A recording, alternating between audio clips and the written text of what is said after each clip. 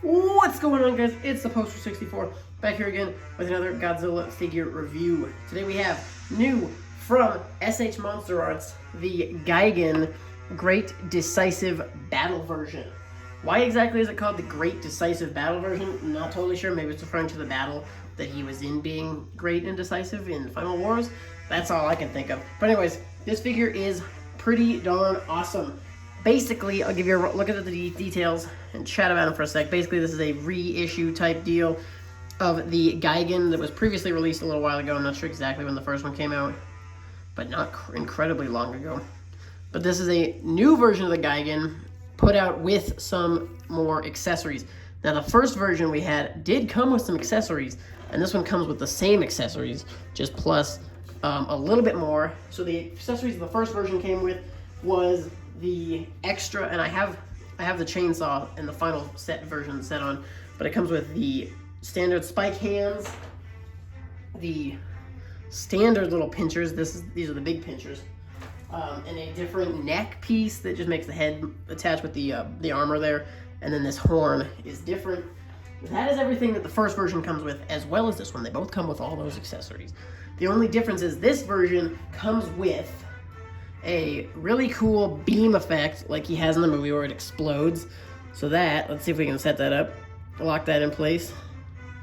So there is the beam effect, and the other piece he comes with are these incredibly long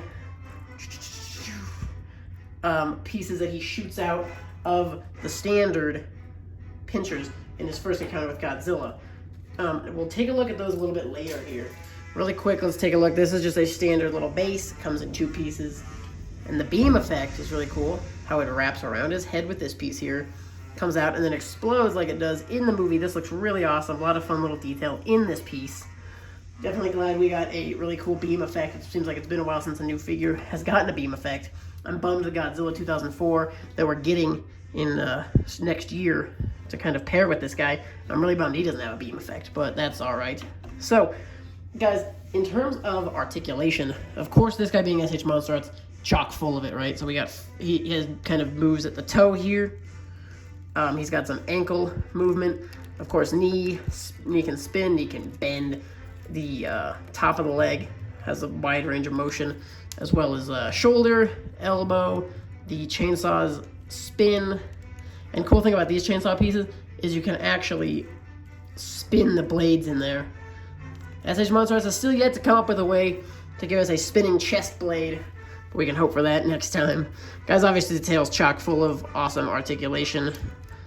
Moving around a tail of an MonsterArts is always a lot of fun because they're so movable. Neck. This neck piece, I have the armored neck piece, which doesn't have quite as much mobility, but you still get some side to side, some up and down. Unfortunately, no real mouth articulation in terms of closing all the way. He does have this range of motion here, though. And then obviously some head in there. In terms of the wings, guys, they do fold a little bit in, and then they pop out pretty wide, which is cool. So it definitely looks good having the wings all the way wide. Pretty fun to open them up all the way like that.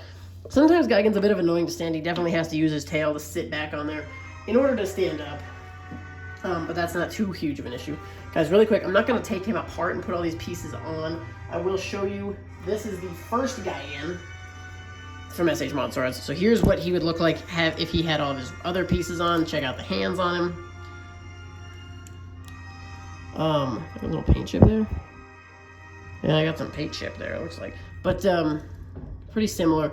Standard hands, standard pinchers there, standard horn. There's the regular neck.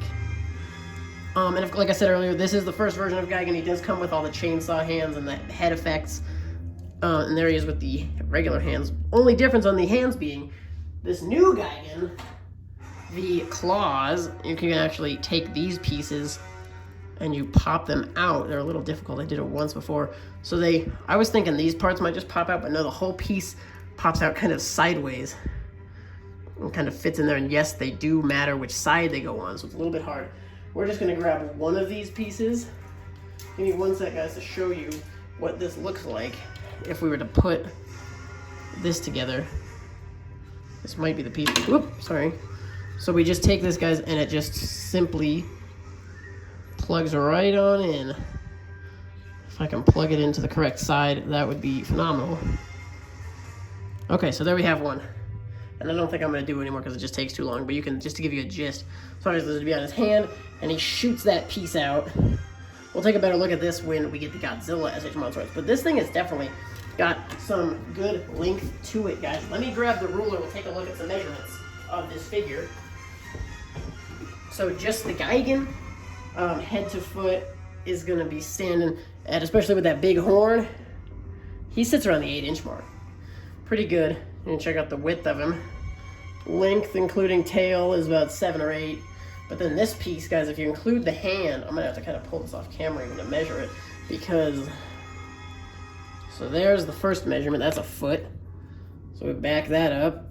Guys, this thing's almost 2 feet long, really.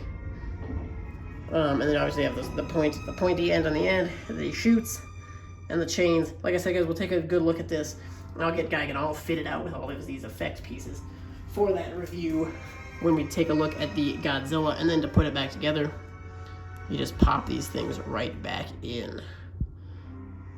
I say it like it's simple, and then I can't do it. Okay, so there it goes. They kind of go in at an angle. That was what I was missing. They don't go straight in. You have to angle the piece just ever so slightly. So really quick, here's a look at the claws. You can't really even tell the difference hardly. That's because I'm holding the same claw. We have to look at the claw on this guy again, sorry. But still, they look very, very similar. This is the one that doesn't shoot. Obviously, this is the one that has the detachable pieces. And then in terms of, I just wanted to throw a couple other figures up next to this guy for you to take a quick look at. Obviously, we don't quite yet have the Godzilla from Final Wars, but I do have the Tokyo SOS Godzilla. This is a great sizing. They make Gigan look a little bigger and scarier, which is nice. Standing over Godzilla like that, definitely a cool shot. I can't wait to get both these figures in the same place next to him. And then this is the 6-inch Bandai Japan 2005 Gigan release.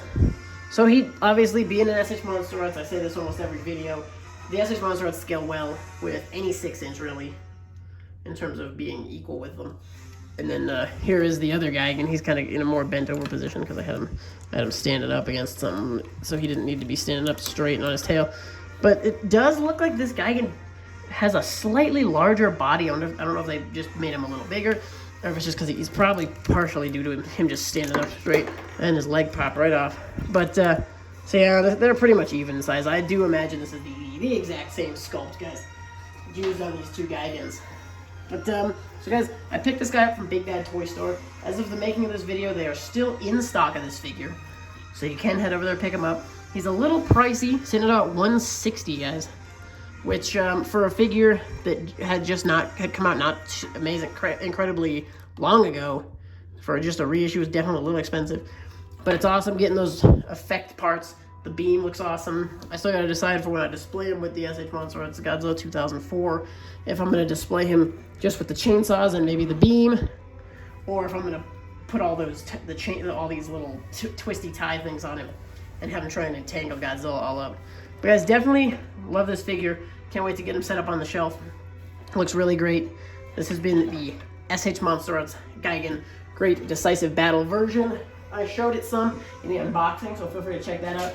But just for the sake of it, really quickly, I will bust out the box. Take a very quick peek at the box if you're interested, if you stuck around this long. Thank you so much. So obviously here we got to back the camera up a little bit. So we got the Gigan Great Decisive Battle version. Final Wars logo, SH MonsterArts logo up there in the corner. Just taking a quick peek. I'll scan through the pictures really quick if you want to. I wish it came with a cool stand to get him to fly. A flight stand would be awesome for this guy. There's your SH MonsterArts Gigan, the Great Decisive Battle version, guys. Thank you so much for watching, especially if you stuck around this long. Guys, please feel free to drop a like, drop a comment, subscribe to the channel for more. Thank you so much for watching, and we'll see you in the next one.